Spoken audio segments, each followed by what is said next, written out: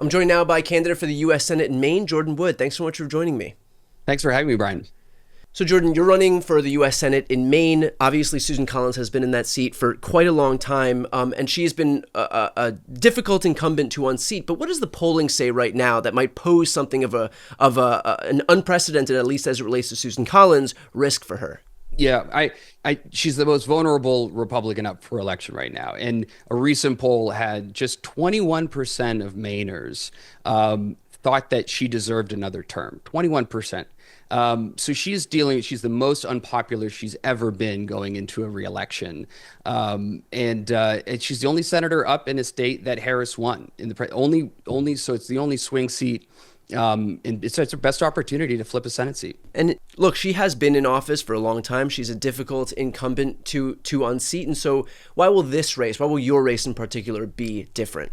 Yeah. So, I was in second grade when Susan Collins was first elected in 1996. That's also when I was in elementary school, the last time she had a town hall. She has failed to be responsive and engaged with the people of Maine. And I think they're finally ready for a change. I also think my candidacy, my campaign provides a real contrast to Susan Collins, not just my age, but I've never had elected office before, but I have a background in fighting political corruption. I worked with End Citizens United, Democracy First. So I going to make this campaign really grounded in a change of our political system and corruption and the need for a change. And I think it'll be a different campaign. But I'm also, to the town hall question that she hasn't had these in 25 years. And I launched this campaign. I said, we're going to have one in every county by the end of the year. So I think that this campaign is going to be going into every community around our state, meeting as many voters as possible, and earning their vote and their trust to serve and represent them in Washington. And so that's how I think we're going to win. Susan Collins is kind of become a joke unto itself. The fact that she expressed the most you can get out of her, even amid the most egregious violations or abuses by Donald Trump, is that Susan Collins is concerned. And so in this moment where we do need folks who are willing to stand up and serve as a bulwark, even in the Republican Party, against the excesses of this administration, the fact that all we can get from Susan Collins is some concern, again, has kind of become a joke unto itself. And so How do you contrast what you're looking to do with what Susan Collins is doing, which is just, the scale of concern that we see from her, depending on, the most egregious violation, which is that we'll just hear that she's very concerned, versus, a more minor infraction, which is that we have somewhat concern, or whatever it may be. Yeah. And, when we launched this campaign, the slogan that we launched with was, this is a time for courage, not concern.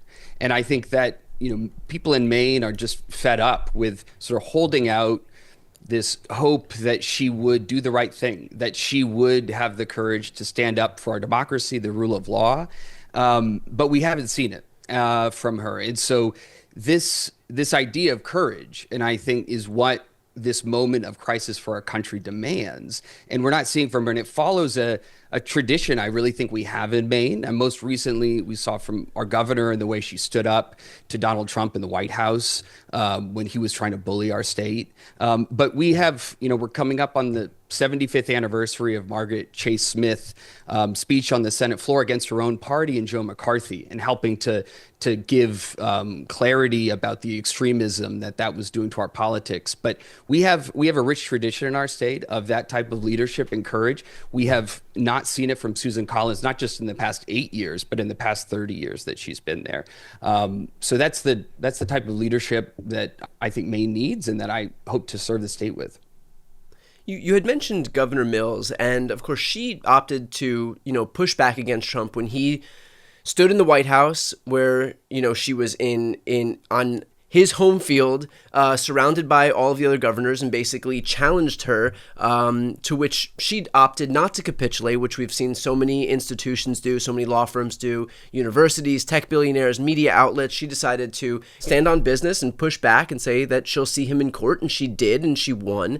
And so what do you make of the fact that, we do have some folks who are willing to stand up, like the governor of your state, even in the face of so much capitulation by all of these other entities? Yeah, I think when that happened, when Governor Mills stood up, and for the rule of law and what was right. I'm a gay man. I'm married with a child. We had our first child in January, and I really felt she stood up for families like ours. But Maynard's, we also feel like that's what we expect from our governor. That's what we expect from the leaders that we send to Washington. And I hope that other leaders around the country and other states and in Congress see her example as what we need in this moment. And it's not about liberal, conservative, are you what party you are. It is standing up for what's right, and Maynard support her for that. I mean, I saw a poll recently in the Bangor Daily News that was asking about the issue of trans people in high school sports, on where you stood on it. And it was, 70-30 supported seemingly, the policy of restricting it. But it also asked the question, like, do you support Governor Mills standing up to the Trump administration? And 70% supported her. And it's like the issue may pull over here, but people also have just no patience for the idea that Donald Trump gets to tell the Maine Principals Association who's playing in our high school sports, right?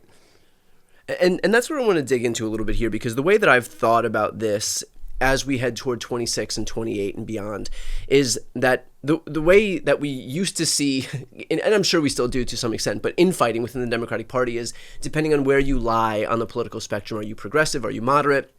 And I think that the litmus test moving forward is not going to be whether you are ideologically progressive or moderate, but rather whether you're willing to actually fight or not.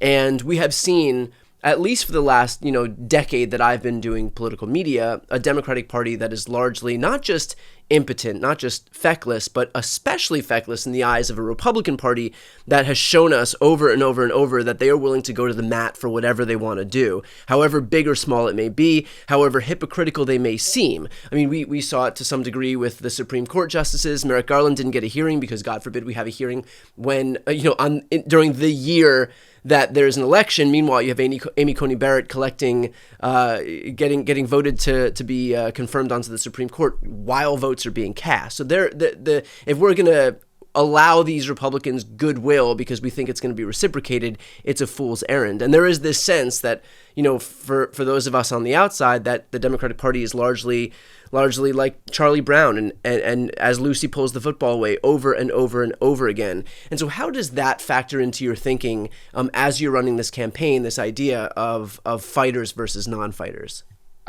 I think you are exactly right on this question of like what's separating our political leaders right now. And there's been sort of a recent back and forth with Alyssa Slotkin, sort of what she thinks we need to do in AOC. Both of them are fighters, though, right? And that's what matters. Is they're saying, Alyssa calls it like alpha energy. And it's like, yeah, that's what people want, is like to go and confront this threat and stand up for what is right. And so I think that is absolutely what people are looking for, but what will separate the leaders in this time. And so like that's really what we're doing in this campaign and what I think this moment demands of us. And in terms of how Democrats win and how do we, we're coming off of this election loss. One of the most startling statistics for me after this election was that Democrats had lost households with an income below $50,000. And I said, that the party that I joined when I was in high school and organized and knocked doors for, like, that was a party committed to lifting people up out of poverty, to giving people the freedom and opportunity to pursue the future that they wanted.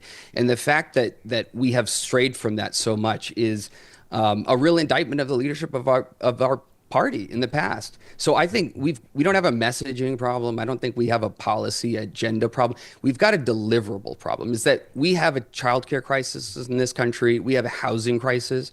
We have healthcare costs that continue to skyrocket. These are the same issues that existed in this country and have gotten worse since I was growing up. and Susan was first elected to the Senate, they've only gotten worse, and Democrats haven't delivered for people on these issues. And that's what we have to do. And we have to go to Washington willing to go and fight for those things. And that's how we'll earn back people's trust that we're the party fighting for working families, because we deliver for them. So that's